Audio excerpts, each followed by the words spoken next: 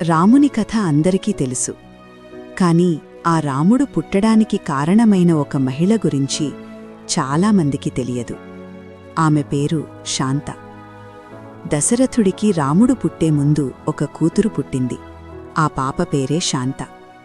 ఆ పాప నవ్వితే దశరథుని మనసు ఆనందంతో నిండిపోయేది. కాని రాజకీయ కారణాల వల్ల ఆ తండ్రి తన కూతురిని అంగదేశరాజు రోంపాదునికి దత్తత ఇవ్వాల్సి వచ్చింది. ఒక తండ్రి తన కూతురిని దూరం చేసుకోవడం, ఆ బాధ ఎంతటిదో. సంవత్సరాలు గడిచాయి. శాంత అంగదేశంలో పెరిగింది. అదే సమయంలో ఆ రాజ్యంలో భయంకరమైన కరువు వచ్చింది. వర్షం లేదు, పంట లేదు, ప్రజలు ఆకలితో అలమటిస్తున్నారు. అప్పుడు ఋష్యశృంగుడు అనే ఒక మహర్షి గురించి విన్నారు. ఆయన అడుగుపడిన చోట వర్షం కురుస్తుందని నమ్మకం.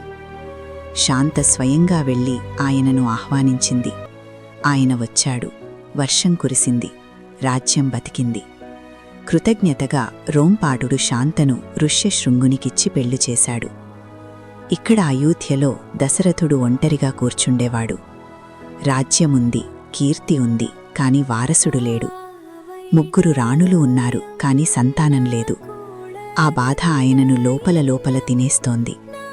అప్పుడు మహర్షులు ఒక సలహా ఇచ్చారు. పుత్రకామేష్టి యాగం చేయించండి. ఆ యాగం చేయగలిగేది ఒక్క ఋష్యశృంగ మహర్షి అని చెప్పారు. ఋష్యశృంగుడు అంటే శాంత భర్త. దశరథుడు వారిని ఆహ్వానించాడు. ఋష్యశృంగుడితో పాటు శాంత కూడా అయోధ్యకు వచ్చింది. చాలా సంవత్సరాల తర్వాత తన తండ్రిని చూసింది. దశరథుని ముఖంలో ఆనందముంది, కాని ఆ లోపలి నొప్పి కూడా కనిపించింది. శాంత అర్థం చేసుకుంది. ఆమె తన భర్తతో చెప్పింది, నా తండ్రికి కొడుకు కావాలి. ఆయన కోసం యాగం చేయండి. ఋష్యశృంగుడు ఆమె కళ్లలోకి చూశాడు. చేద్దామన్నాడు. యాగం మొదలయింది. వేద మంత్రాలు ఆకాశానికి చేరాయి. హోమగుండంలో అగ్ని ప్రజ్వలించింది. అప్పుడు అగ్నిదేవుడు స్వయంగా ప్రత్యక్షమయ్యాడు. ఆయన చేతిలో దివ్యమైన పాయసం.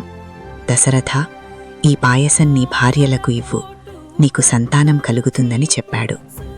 దశరథుని చేతులు వణికాయి, కళ్ళు నిండాయి. ఆ పాయసాన్ని కౌసల్యకు, కైకేయికి, సుమిత్రకు పంచాడు.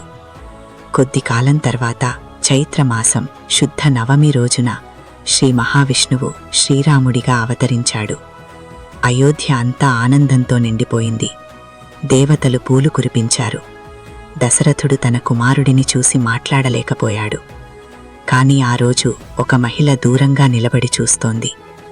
తన తండ్రి ఆనందాన్ని చూసింది. తన తమ్ముడు పుట్టడం చూసింది. ఆమె కళ్లలో నీళ్లు తిరిగాయి.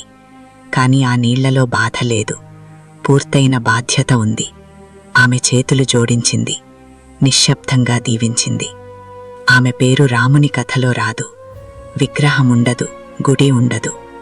కాని ఆమె లేకపోతే ఆ యాగం జరిగేది కాదు. ఆ పాయసం వచ్చేది కాదు. ఆ రాముడు పుట్టేవాడే కాదు. చరిత్రను మార్చినవారు కొన్నిసార్లు నిశ్శబ్దంలో ఉంటారు. మీ జీవితంలో కూడా ఒక శాంత ఉంటుంది.